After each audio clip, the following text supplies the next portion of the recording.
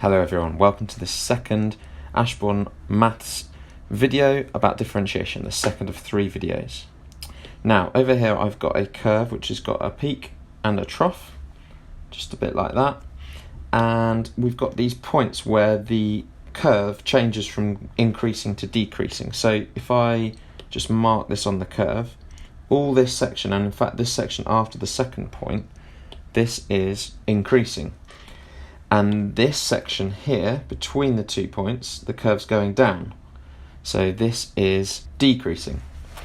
And then these points where it changes from increasing to decreasing, these are what we call turning points. The curve is turning. Now, if I add in a tangent to these 2 points, like so, okay, you can see clearly that the gradient of this thing, which we call dy by dx, is 0. Okay, if you imagine if you're walking along a flat surface, it's the steepness is 0, isn't it? It's not going up or down, it's the steepness is 0. And the same for this bottom one here, the gradient is 0, so dy by dx is 0. So the important thing to remember here is at a turning point, dy by dx equals 0, and you're going to really need to remember that. Okay, now to get from y to dy by dx, we differentiate. We can also differentiate again to get to something else which we call the second derivative, or d squared y by dx squared. So just to recap, you start at y, we've differentiated to get to our dy by dx, and if we differentiate again we get to this second derivative. Now going back to this curve, the peak, we actually have a technical name for this. This is called a maximum, and the trough, we also have a technical name. This is going to be called a minimum. And the second derivative has got a great property. If at any turning point d squared y by dx squared is less than 0, then we know that we're at a maximum. Okay, and if d squared y by dx squared, the second derivative, is greater than 0, then we know that we are at a minimum. Again, this is a very important piece of information that you're going to need to remember. We will use this in example now. So here's a little exam question. I've been given this function y equals 12 root x minus x to the power of 3 over 2 minus 10. And we're asked to use calculus to find the coordinates of the turning point. Okay, so we're finding the coordinates. Always underline the important bits, and we're looking for a turning point. So we're going to need to differentiate first. So let's just rewrite this in index form. So I've written this in index form, and now I'm ready to differentiate. Power comes in front, remember, so I get 1/2 times 12 times x to the power of, and I reduce the power by 1, so minus 1. Then I get 3 over 2 x, reduce the power of 1, so it becomes 1/2, and then minus just 0, okay? And now I'm going to simplify that, so this becomes 6x to the minus 1/2 minus 3 over 2x to the 1/2. And then finally I'm going to write this in non-index form, so using my square roots again. So this becomes 6 over root x minus 3 root x over 2. Now, at a turning point, we know that dy by dx is equal 0. That's what we learned earlier in the video. So 0 equals that dy by dx function, 6 over root x minus 3 root x over 2. And now we just need to solve this thing. Okay, how do we solve it? Well, we've got a root x in a denominator, haven't we? So if we ever need to get access to an x, we need to get rid of it from the denominator. So let's multiply everything by root x first. So I get 0 equals 6 minus 3 root x over 2. So 0 equals 3 minus 3x over 2.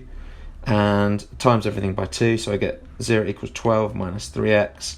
And so x equals 4. Now, we've been asked, remember in the question, to find the coordinates of this turning point. So we found the x value. So what is the y value? Well, I know that y equals 12 root x minus x, so x to the power of 3 over 2 minus 10. That was given in the question.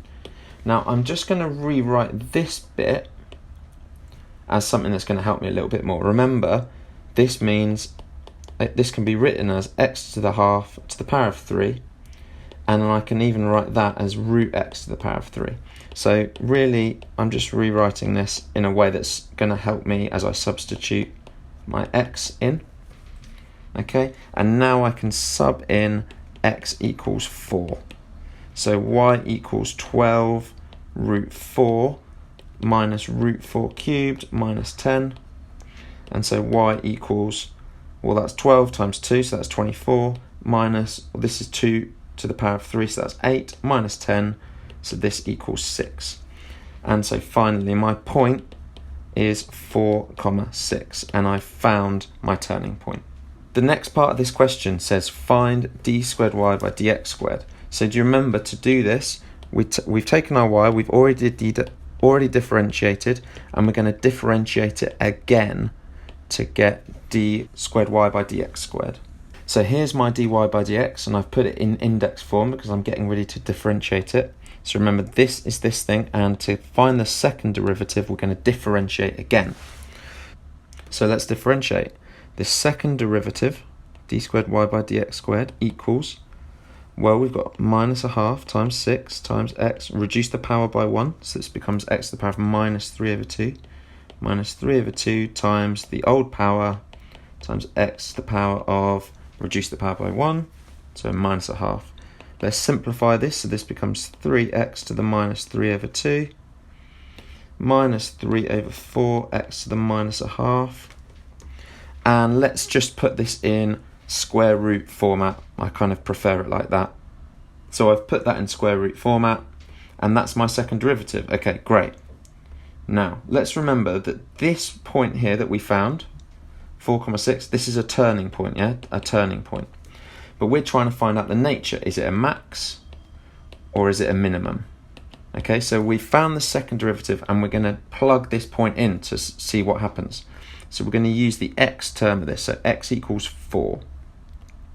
So that's what we're going to do now. We're going to just sub in x equals 4 to the second derivative. So the second derivative, d squared y by dx squared, equals minus 3 over, and this is going to be root 4 cubed minus 3 times 4 root 4, which is minus 3 over 8, minus 3 over 4 times 2, which again is 8, so that's minus 3 over 4. So my second derivative is clearly less than 0. And do you remember what that means? That means that we have a maximum. So I've successfully found my turning point, and I've now determined that it is a maximum, and that's done.